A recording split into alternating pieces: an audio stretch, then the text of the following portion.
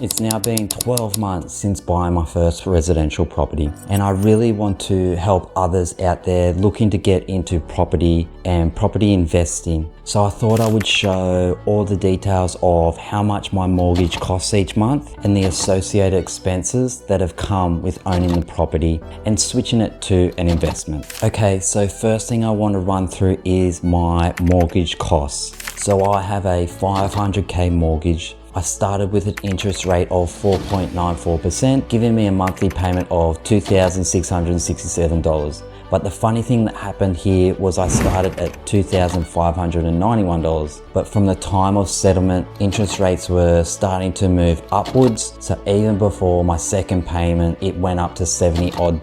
So I knew by looking at the inflation rate that we were going to be hit with a few rate rises. So mentally, I was prepared for what was to come. We were then hit with the second rate rise, and my interest rate went from 4.94% to 5.19%, making my monthly payment from $2,667 to now $2,744. So roughly an $80 increase with this rate rise. I then made the decision to switch from paying monthly to paying weekly. So this made my weekly payment $629 a week. So just by switching to weekly, it reduced my monthly cost to around $2,500. And I didn't lower my interest rate or anything. I just switched the pay schedule to paying weekly. So by doing this, I am reducing the total of my loan faster, which reduces the interest payable because the interest is calculated daily on what the loan amount is at the time. So paying weekly, you are reducing the amount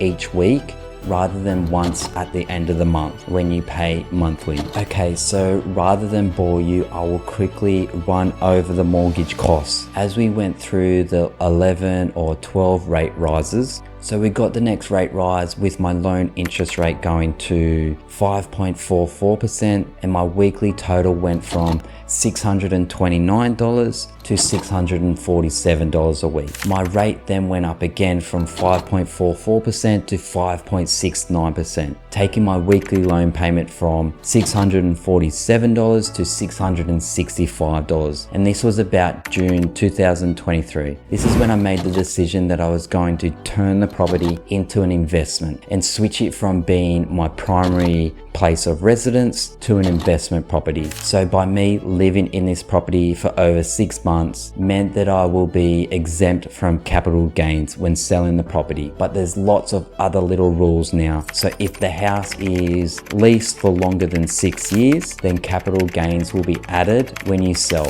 but only from the time you started leasing the property. But if you move back in before the 6 years, then you can get the capital gains exempt. Anyways, lots of little things that is best to run by your tax accountant. Okay, come July, I now had a tenant in the property renting for $500 a week.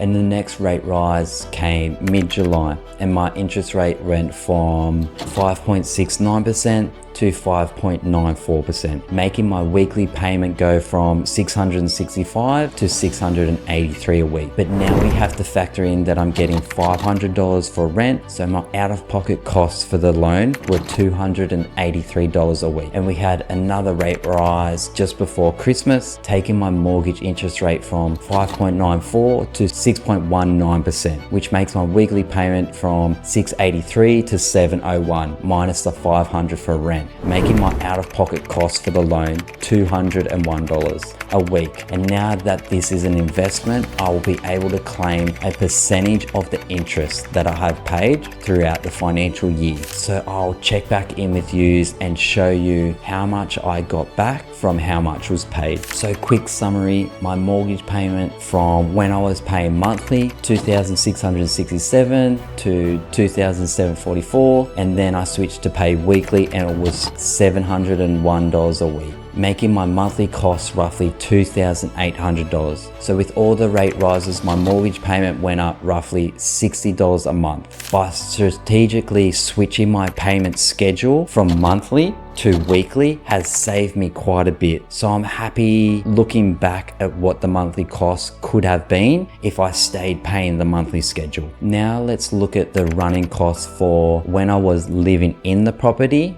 and then the costs when I switch it over to an investment property. So the costs for when I moved in were, for the 6 months, $200 for paint and repair materials, $700 for water bill, and this was for 2 quarters, so $350 for 3 months and roughly the same for the next 3 months. And council rates are about $50 a week, roughly $200 a month. And insurance. So when you buy a property, it is mandatory to have insurance here in Australia. So the cost for this is roughly $180 a month. And that stayed about the same as I switched to landlord insurance. So when I was living in the home, I just had home and contents insurance. Then when I switched to leasing it, I got landlord insurance. This just covers me for fire, electrical damages, and a few other issues if they happen to the property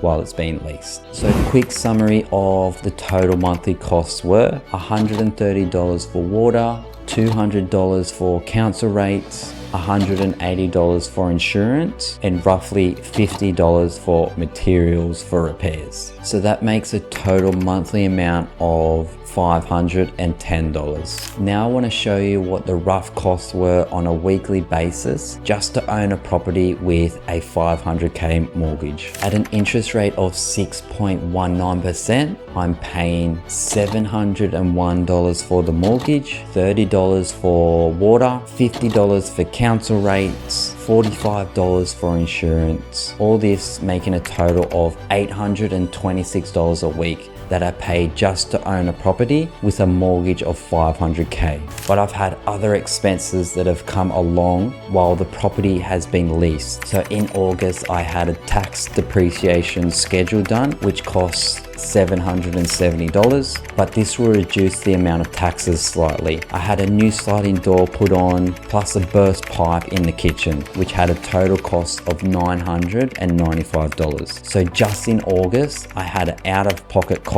of $1,765. Then in September, gutters were blocked and overflowing, so they needed to be cleaned, and that cost was $680. In October, a new outside light needed to be installed, which cost $240. Then in November, I had the solar panels removed and cleaned because there were sticks and leaves pushed up underneath the panels. So I had to have an electrician remove the panels, then a solar panel cleaning company clean the panels. So all this cost was $1,500. Now remember, these are out-of-pocket costs on top of my mortgage and insurance costs. And I want to really show you exactly all of my costs. So if you are about to buy a property, hopefully this will really prepare you for all the associated costs. I feel like we have all these property people online pushing people into property without giving people the best tools and knowledge on what to expect. So to summarize the cost for you, weekly I'm paying roughly $826 a week, and that's for a $500K mortgage with an interest rate of 6.19%. So that's around $826 for the mortgage, water, council rates, and insurance costs. Keep in mind that all these costs will vary depending on where you live, as council rates, water, insurance costs all vary depending on lots of little factors. Now that I've gone through the first 12 months and experienced all the associated costs, I'm definitely going to create a larger cash buffer set aside for my property so that it gives me a lot more peace of mind. I think I'll do a 3-month emergency fund for the property. This will leave enough stashed away for any unexpected expenses. Well, I hope you have gained a bit out of this video. Hopefully I haven't scared you away from property. I love property and its ability to build wealth, and if you are well prepared and know what to expect, then buying property can be such a good experience rather than one filled with anxiety and stress. Thanks for watching, and I'll see you on the next one. Peace.